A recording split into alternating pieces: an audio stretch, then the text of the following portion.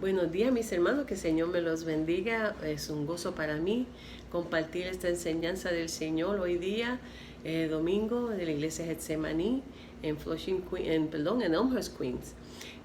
Vamos a empezar nuestro estudio en esta mañana, que es titulado Servir, con una palabra de oración. Vamos a orar. Señor Santo, mi bendito Salvador, te damos gracias, Señor, por este gran privilegio de poder compartir esta palabra santa que tú nos has dado, mi Señor, para poder, mi Dios, crecer en conocimiento, mi Dios, y sabiduría, mi Dios, que solo tú das. Bendice a tu pueblo que ha de escuchar, mi Cristo, y bendice esta palabra santa. Te lo imploro en el nombre de Jesús. Amén. Bueno, mis hermanos, en este día el estudio se titula Servir. Y acuérdense que cuando Jesús vino aquí, Él no vino para servir, para que le sirviéramos, aunque Él se merece todo servicio, sino para servir. Es probable que tengas algún amigo o conocido que solo te llama cuando necesitas algo. Por naturaleza somos egoístas, mis hermanos, y si nos descuidamos podemos convertirnos en personas que constantemente están buscando que les sirvan. El Hijo del Hombre no vino para ser servido, sino para servir y para dar su vida en rescate por muchos, encontramos en Mateo. Nuestra relación interpersonales florecerían si en lugar de buscar ser servidos, buscaremos servir a otros y servirle de bendición. Aquellos que son inmensamente felices son los que dan y no los que reciben. Es por eso que debemos buscar y encontrar oportunidades para servir a otros, mis hermanos. A hacerlo reflejamos el amor de Cristo en nosotros. Vamos a estar en el libro de Gálatas, el capítulo 5, los versículos del 13 al 15. Gálatas, capítulo 5, mis hermanos. La palabra del Señor dice así en Gálatas 5, del 13 al 15. Porque vosotros, hermanos, a libertad fuisteis llamados. Solamente que no uséis la libertad como ocasión para la carne, sino servíos por amor los unos a los otros. Perdón, mis hermanos. Porque toda la ley en esta sola palabra se cumple. Amarás a tu prójimo como a ti mismo. Pero si os moldéis y os coméis unos a otros, mirad que también no os consumáis unos a otros. Esa palabra increíble del Señor. Pablo no podía creer lo que había sucedido en la iglesia de Gálatas. Ellos habían recibido el evangelio, pero ahora tenían una herejía. Ellos decían que solo Jesús no era suficiente, que también tenían que seguir las reglas del judaísmo. Él sabía, este evangelio había sido claramente predicado y confirmado cuando recibieron el Espíritu Santo por fe. Sin embargo, la iglesia se había desviado por una herejía judaizante. Por esto Pablo los llama a la verdadera libertad en Cristo. Por supuesto, esto es muy diferente al libertinaje. La verdadera libertad es aquella que actúa con el Espíritu y el poder del Espíritu Santo para amar a Dios y a servir a nuestro prójimo. Es una libertad empoderada por la gracia y el amor de Dios. A esta libertad, dice Pablo, fuisteis llamados. Él hace una pausa para especificar, solamente que no uses la libertad como ocasión para la carne. La naturaleza pecaminosa con la que nacemos todos los seres humanos. Cuando una persona recibe a Jesucristo, recibe también una nueva naturaleza. Pero la pecaminosa no es erradicada, sino hasta la glorificación del cuerpo. En nuestra palabra, mis hermanos, recibimos el Espíritu Santo y el Señor nos ayuda, pero ese pecado todavía estamos en la carne. Y por el tal, algunas veces la carne debilita al creyente. Aunque si uno está fiel en el Señor y está buscando de su palabra, aumenta esa fe y su espíritu se le hace más fácil decirle que no al enemigo cuando él nos ataca. Pero esa glorificación completa no va a ser hasta que Cristo venga por nosotros. Por lo tanto, la libertad cristiana debe usarse de manera espiritual y no de una manera carnal. ¿Cómo se muestra de una manera práctica la libertad que tenemos en Cristo? En el servicio. En el servicio, mis hermanos, Jesucristo es el ejemplo máximo de amor y servicio al dar su vida por nosotros. Es por su muerte que nosotros tenemos la libertad. Y esa libertad nos impulsa a servir los demás, mis hermanos. Esa libertad que el Señor nos da espiritualmente, ese espíritu que vive en nosotros, nos impulsa y nos mueve para querer servir a los demás. Este servicio lo hace el creyente, no porque se siente obligado, sino por amor. Los Gálatas se habían desviado del evangelio verdadero y ahora querían seguir la ley de Moisés al pie de la letra. Hay un poco más de 600 mandamientos, mis hermanos, en el Viejo Testamento. Es por eso que Pablo les recuerda que Jesús cumplió toda la ley, nos redimió de su maldición y que toda la ley se resume en un mandamiento: amarás a tu prójimo como a ti mismo. ¿Y quién no se ama a sí mismo? Todos. Nos alimentamos, nos bañamos, nos cuidamos, hacemos ejercicios, todo para cuidarnos. Y si nosotros nos cuidamos, así debemos de cuidar a nuestro prójimo y amarlo. ¿Por qué? El Señor lo manda, mis hermanos. Y ese espíritu que usted tiene, que recibió cuando recibió el Señor en su corazón, lo va a impulsar a querer servir. Jesús cumplió la ley y que por su obra hemos sido declarados aceptos ante Dios. Y por lo tanto estamos ahora con libertad. Entonces servimos a nuestros prójimos porque el amor de Cristo nos impulsa a hacerlo. Para el creyente, servir a otros es un privilegio que proviene de lo más profundo de un corazón agradecido por lo que Cristo ha hecho en nosotros.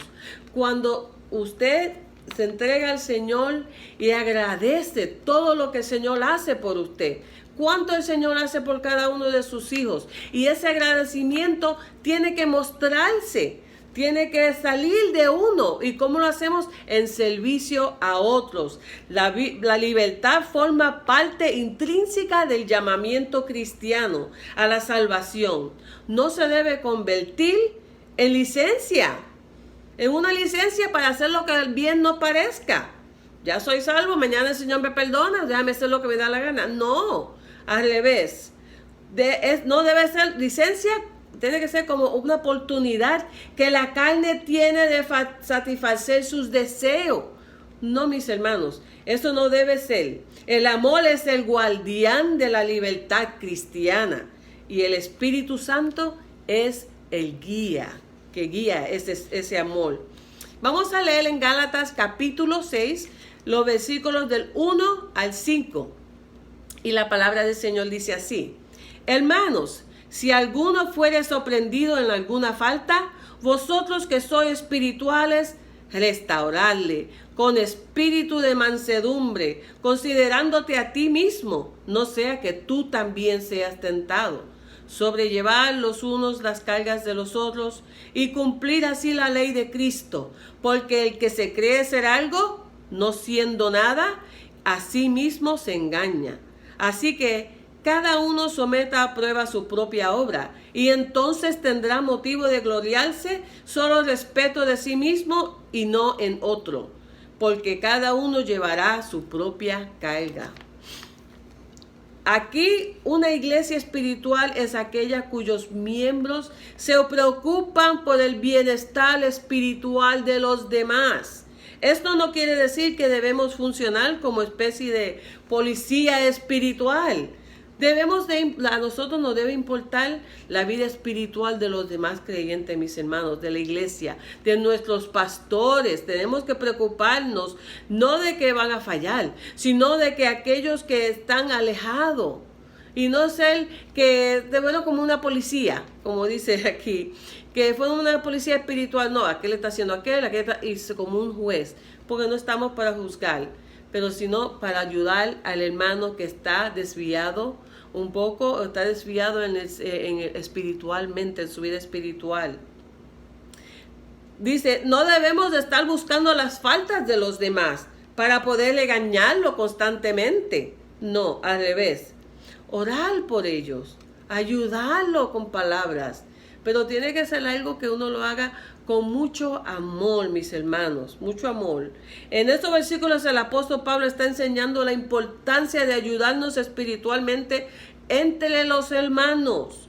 Cuando una persona es sorprendida en alguna falta, específicamente alguna falta espiritual, los hermanos espirituales deben de buscar restaurarle, reparar, traerlo de regreso a la palabra del Señor.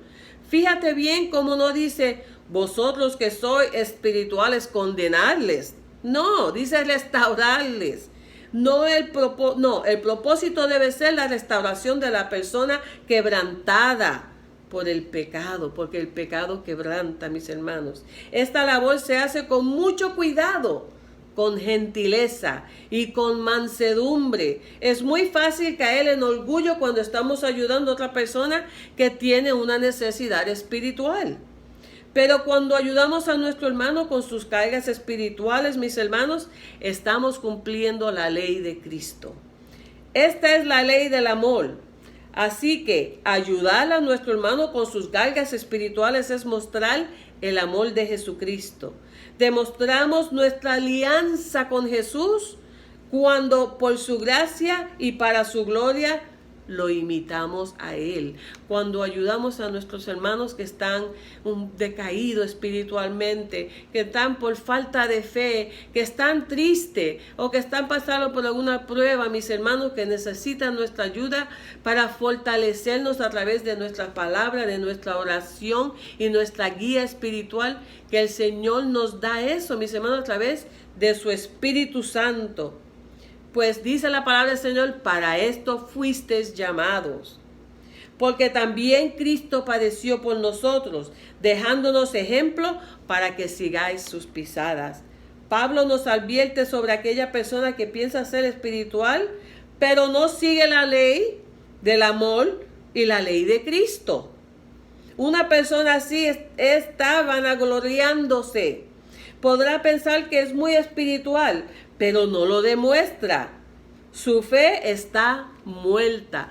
Cuando usted no demuestra esa fe que usted tiene por el Señor, tenemos que demostrarlo, y la manera de hacerlo es, el Señor Jesucristo nos dejó ejemplo, mis hermanos, y nosotros tenemos que seguir ese ejemplo. Si entendiera todos los misterios, pero no tuviera amor, dice Corintios 13, nada soy y de nada me sirve. Si usted no tiene amor, de nada le sirve, mis hermanos. En el versículo 4, el apóstol Pablo habla de la importancia de asegurarnos de que estamos en la fe verdadera y de que estamos cumpliendo como la palabra y la voluntad de Dios.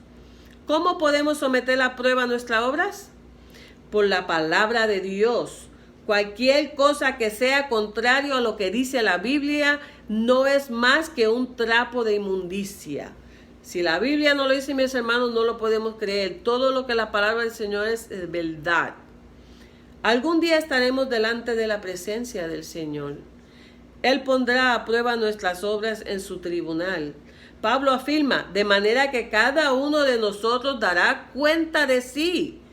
A eso se refiere cuando dice, cada uno llevará su propia carga, porque usted va a dar cuentas al Señor por lo que usted hizo o dejó de hacer. Y yo voy a dar cuenta por lo que hice y dejé de hacer. No va a ser que yo voy a responder por mi esposo, por mis hijas, por nadie. Yo tengo que responder por mí y la relación que yo tenga con mi Señor. Porque mi relación con el Señor es personal, así como la suya es con su Creador. Cada uno de nosotros somos responsables por la manera en que actuamos, ya sea basado en la palabra de Dios y su voluntad o contra de ella. Por lo tanto, servir a otros significa ayudarlos con sus cargas. Debemos sobrellevar los unos las cargas de los otros y asimismo al mismo tiempo entender que somos individualmente responsables por nuestra actuación. Tu actitud como creyente, mis hermanos, ¿qué tal servidor eres? ¿O te gusta que te sirvan a ti? Es egoísta y quiere nada más servirme a mí, y el yo, como decía nuestra hermana Elena, el yo. El yo de Dios, el ego de nosotros, alguna vez queremos que nos sirvan a nosotros. Y el Señor Jesús nos enseña que no, debemos de servir a otro como Él hizo. Restaurar, debemos de ayudar a nuestros hermanos a restaurarse en su andar espiritual, mis hermanos, para poder ellos cambiar sus vidas y otra vez entregarlas al Señor. Podemos orar por ellos, estar con ellos y ofrecerles ayuda adicional cuando lo necesitan. Hay muchos hermanos en las iglesias y en nuestra iglesia ahí que están pasando por prueba, y en este tiempo muy difícil que estamos pasando con este virus, estamos bien encerrados. Algunos a lo mejor ni han buscado del Señor en su Biblia, han dejado de estudiar la palabra, de buscar el rostro del Señor, porque están tristes, porque están deprimidos. El creyente no debe estar deprimido porque tiene a Cristo en su vida. Y Cristo es poder, Cristo es sanación, Cristo es restauración, mis hermanos, y tenemos que verlo así en nuestras vidas. Así que vamos a leer ahora en Gálatas 6, capítulo 6, versículo 10.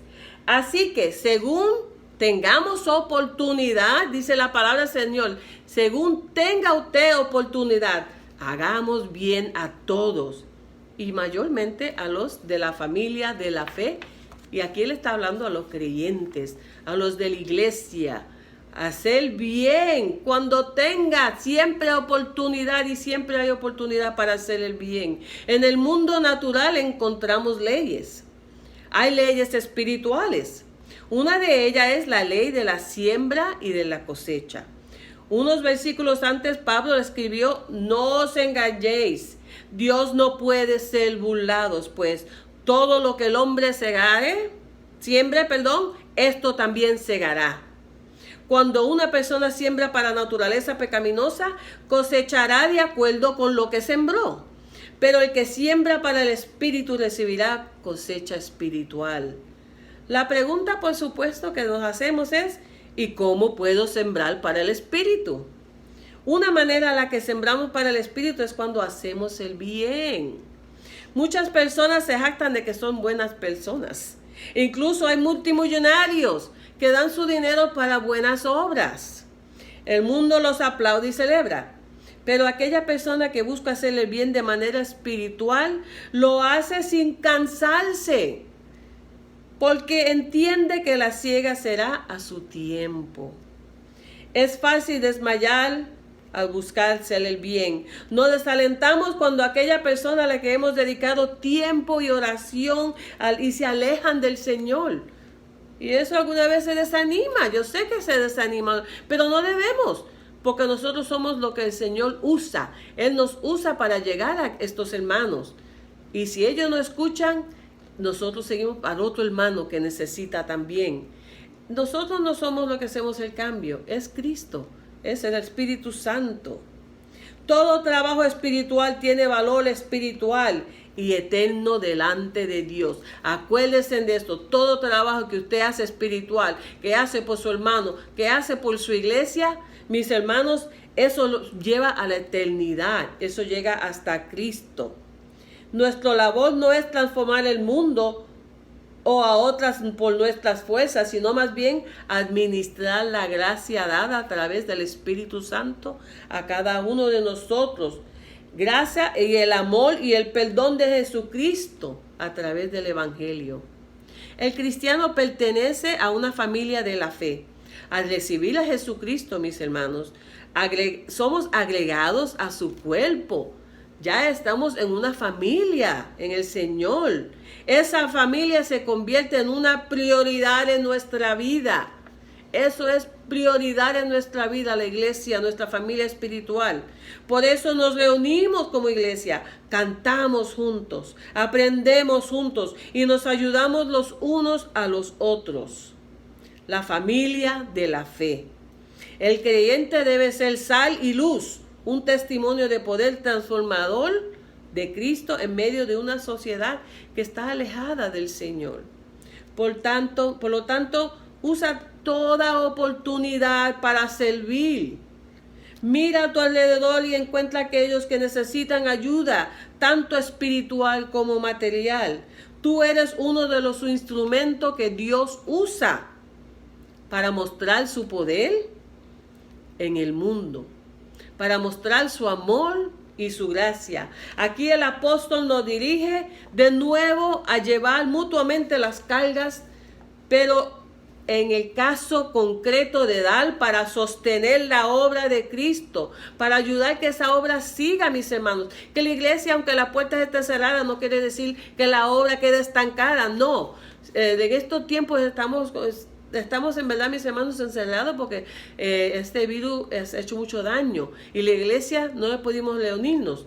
Pero eso no quiere decir que dejamos de alabar al Señor, que dejamos de cantar, que dejamos de leer, de adorar al Señor cada día, al revés, y de desatender la obra. No, desatender nuestros pastores, los siervos de Dios. Desatender nuestra familia en lo espiritual, Esta es la obligación de los hijos de Dios, mis hermanos. Si uno descuida del cuidado propio, como creyente, es peor que un incrédulo.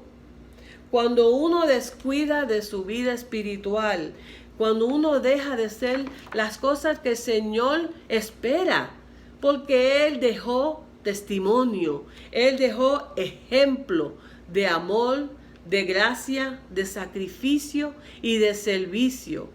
Mis hermanos, aunque estemos en tiempos difíciles, no nos quita ese compromiso con el Señor y su iglesia, su novia por la cual Él regresa. Él viene otra vez, mis hermanos, tenemos que estar preparados aún en medio de estos tiempos difíciles. El Señor ha permitido esto, pero nosotros tenemos que ser más fuertes aún por encima de este virus. Que seamos más servidores de nuestra familia espiritual, de nuestros hogares. Mi Dios, mis hermanos, los amo, los extraño muchísimo. Dios lo sabe. Pero esperamos que pronto, si el Señor lo permite, estaremos otra vez en nuestra iglesia congregándonos, dándole gracias al Señor por todas sus bendiciones. Muestren su agradecimiento al Señor y si en verdad ama al Señor, usted lo va a demostrar en el servicio. Que Dios me los bendiga, los amo, lindo día.